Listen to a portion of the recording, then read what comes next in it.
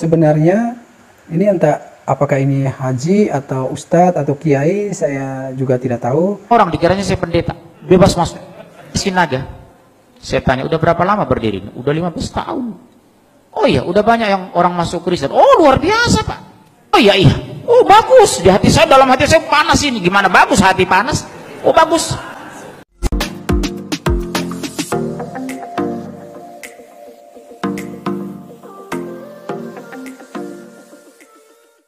Kalau ketahuan ada misi Katolik Protestan yang masuk ke Taliban, coba-coba murtadkan, pancung. Saya ingin membuat beberapa catatan yang perlu berhubungan dengan video itu, supaya kita lebih jeli, lalu tidak terprovokasi ya. Jadi ini bukan hanya untuk orang Katolik, tapi untuk semua orang yang beragama di Indonesia ini. Secara keseluruhan isi video itu sebenarnya ini entah apakah ini haji atau ustadz atau kiai, saya juga tidak tahu. Nanti video saya akan putarkan untuk kita lihat. Kedua, orang Sunda suku terkecil yang murtad, target mereka di sana. Makanya mereka injar apa? Sukabumi, Cianjur, Ciamis. Saya sampai Sukabumi Selatan Pak. Sudah berdiri sekarang Lembah Karmel, pusat Katolik terbesar di Asia. Saya sudah masuk itu. Masuk di stop. Bapak saha, abdi mas itu orang. Dari mana? Dari Jakarta. Dengar situ orang, dikiranya saya pendeta. Bebas masuk. Kita bawa ini. Badeka mana? Saya bilang, Badeka Luhur. Sabar orang, tilu orang. Saya bilang, dari mana tuh Pak? Abdi mah dari Jakarta. Mendengar situ orang, oh bangga. Abdi ke Luhur, Bapak tahu itu? Bukan Jatiluhur Pak, Luhur, naik ke atas gitu ya. Sampai di sana, subhanallah. Sudah selesai gereja katedral, gereja besar, lebih besar dari gereja katedral. Disitulah saya tanya, berapa banyak Sunda yang dimurtadkan? Lengkap foto-foto dokumen saya simpan. Terbang saya ke Palembang Pak, berdiri lagi di sana, hanya 7 km dari Unsri, Universitas Sriwijaya, Sekolah Alkitab Palembang, seluas 15 hektar.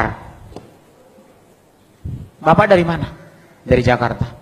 Oh iya, Bapak Situmorang. Pimpinannya ternyata seorang Batak juga, Sinaga. Saya tanya, udah berapa lama berdiri? Udah 15 tahun. Oh iya, udah banyak yang orang masuk Kristen. Oh luar biasa Pak. Yang kita incar dari teknik fakultas, itulah saya dapat. Dari teknik ke dokter. Oh iya iya. Oh bagus, di hati saya, dalam hati saya panas ini. Gimana bagus hati panas? Oh bagus. Saya tanya, daerah mana yang mau dimurtadkan? Kami memfokus di 4 provinsi. Lampung, Jambi, Sumsel, Bengkulu. Sudah berhasil. Bengkulu Utara sudah satu desa masuk Kristen.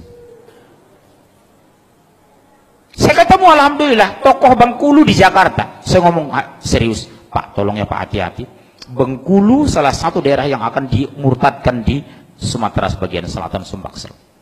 Nah, kita sudah melihat penggalan dari penjelasan tokoh dalam video ini. Sebenarnya miris. Ada beberapa hal yang perlu kita pelajari dari video ini ya. Yang pertama,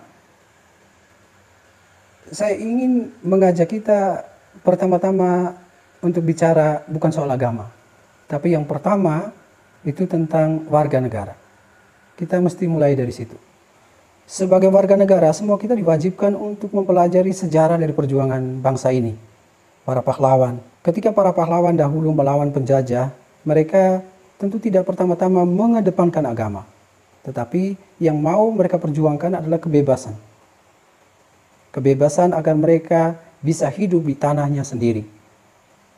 Maka muncullah perjuangan yang waktu itu nampak sporadis, tetapi ada titik tertentu para pahlawan itu menyadari bahwa kita mesti bersatu. Itu berarti mereka menyadari ada banyak perbedaan, keanekaan. Lahirlah Sumpah Pemuda. Walaupun itu di titik yang sudah sekian maju, di tahun 28 muncul Sumpah Pemuda dan semua orang bersatu hati untuk kemerdekaan. Kita harus bersatu. Satu nusa, satu bangsa, satu bahasa. Perjuangan itu adalah perjuangan yang disertai dengan sejumlah pengorbanan, keringat, air mata, darah, bahkan nyawa. Tugas kita saat ini adalah tugas untuk mengisi kemerdekaan itu. Kita sudah dihancurkan oleh penjajah, terutama zaman kolonial, dengan adu domba. Maka sangat ironis kalau tokoh-tokoh agama di zaman ini lahir sebagai tokoh-tokoh yang mengadu domba. Dia mengadu domba umatnya. Kasihan umat di akar rumput adalah umat-umat yang sederhana ya. Mereka mudah sekali untuk terprovokasi. Hemat saya isi dari video ini adalah isi yang mengedepankan provokasi.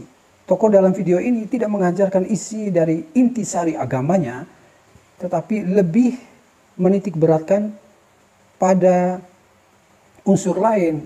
Semua kita tentu miris dengan tokoh-tokoh agama yang seperti ini ya, yang tidak mengajarkan intisari agama, tapi mengajarkan justru hal lain, berbicara tentang agama yang lain. Kalau di dalam penjelasan ini, beliau menjelaskan soal wilayah-wilayah di mana orang Kristen melakukan kristenisasi. Ada Lampung, ada Kalimantan, ada Jawa Barat. Dia menyebut dan menulis di papan tulis. Yang lebih miris lagi, di papan tulis itu juga tertulis ada iblis, ada setan, ada kafir, lalu aliran-aliran sesat. Apa maksudnya? Luar biasa.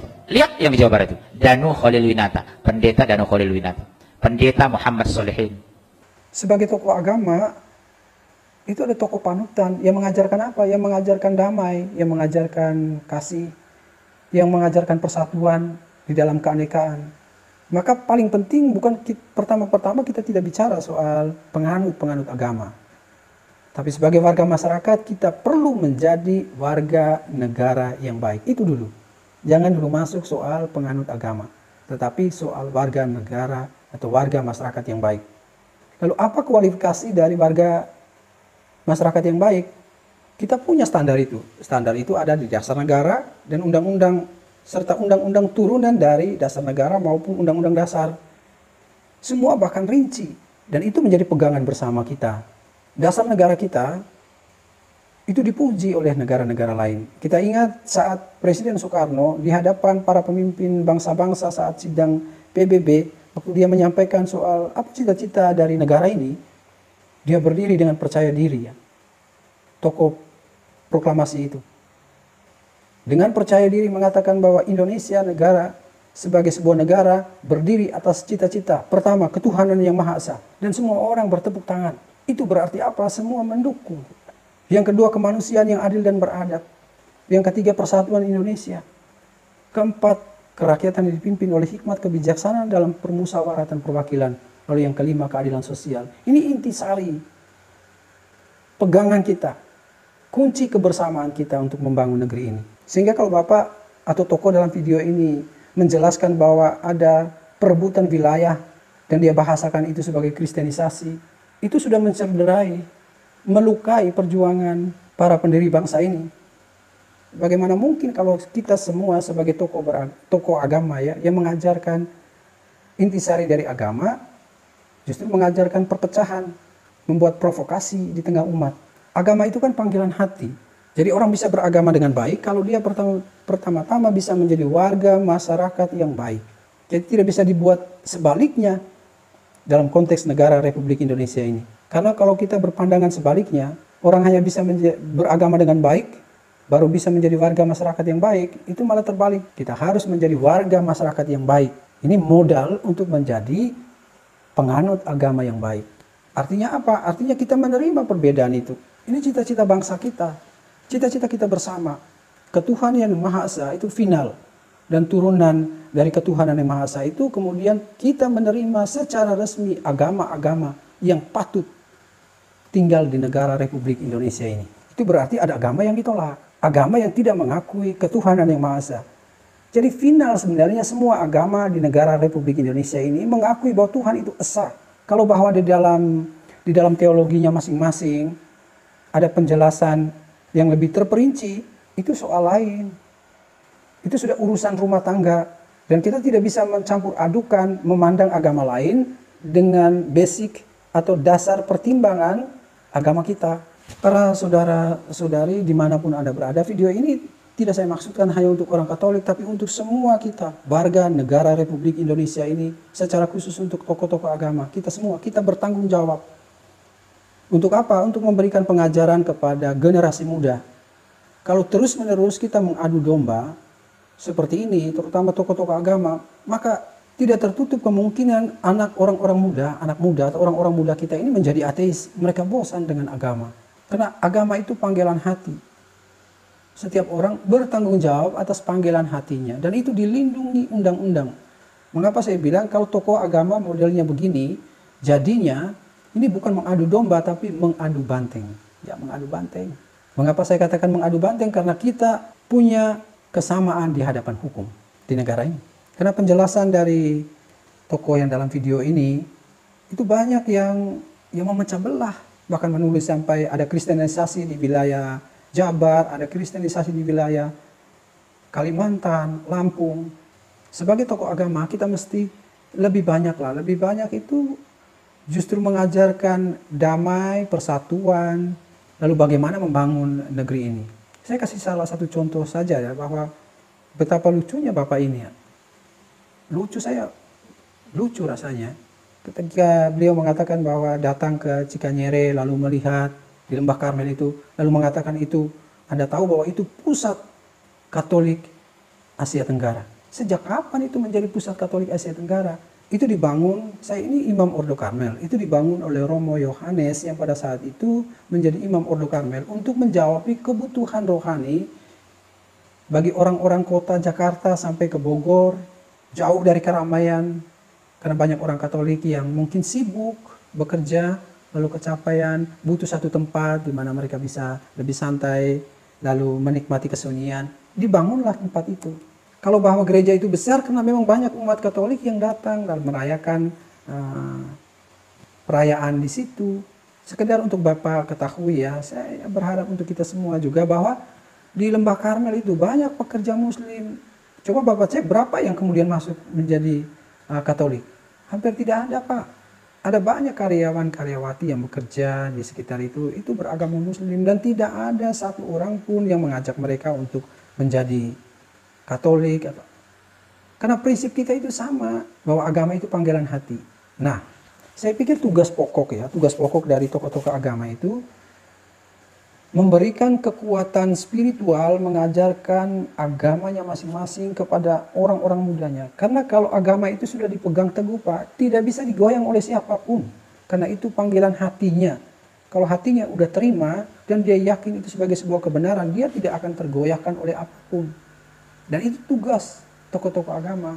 Bukan sebaliknya, berbicara hal-hal lain yang bukan merupakan inti dari ajaran agama. Mungkin itulah sedikit catatan dari saya ya. Sekali lagi pesan saya untuk Bapak, Lembah Karmel itu bukanlah pusat Katolik di Asia Tenggara, Pak.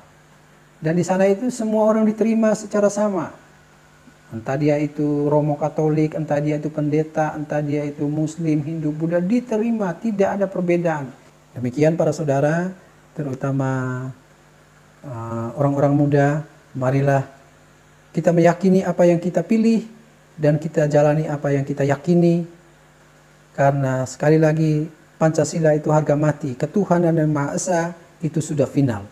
Demikian para saudara, Tuhan memberkati dimanapun Anda berada.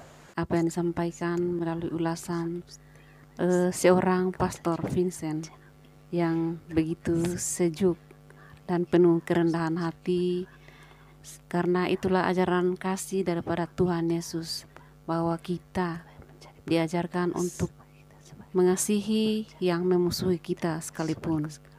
Itulah ajaran Tuhan Yesus yang menjadi landasan bagi kita semua orang percaya. Pertama-tama mari kita dengan sikap doa menelaah bagaimana kita dapat mengatasi penghalang-penghalang antara kedua belah pihak yang terus bertentangan hingga detik saat ini.